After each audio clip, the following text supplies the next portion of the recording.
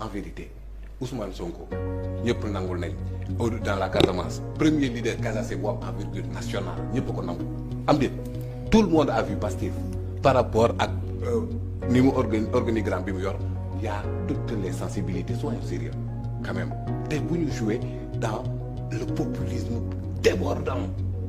de dire jël benn nit rek ne moom moo mooy sa cible quoi te il faut l'abattre tout de suite ba pare de kenn du ci wax man 2017 Ousmane Sonko laa voté je l'assume pour mu nekk assemblée et il m'a représenté dignement et j'ai été fier de lui. Est-ce que je suis de la Casamance? Est-ce que je fais partie de Pastef? Est-ce que je suis Joola? Arrêtons le séparatisme parce que lii moom mooy séparatiste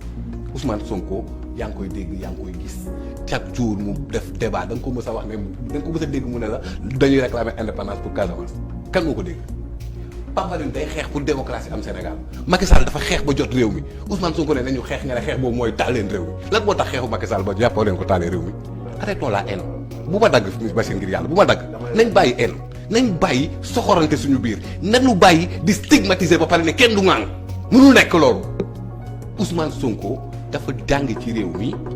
tekki ci réew mi mëne politique am ci réew mi am ay sénégalais yoo xamante ne dañ ko cee wóolu nañ respecté sénégalais yooyu noonu. mais alors sénégalais yi ànd ak ñoom El Malick Ndiaye ñoom Ousseynou Ly ñoom Birame Souleye duñu ay Casace MFDC ñu ngi ne leen ñoom Kourouma Sané la gis nañ leen ñoom César Atoute Badiane la assumé nañ ko Ousmane Sonko ne la Pastef ñëw andi la programme ne la jot na li ñëpp bokk ñëpp jot ci nga taxaw ne moom séparatiste foo koy teg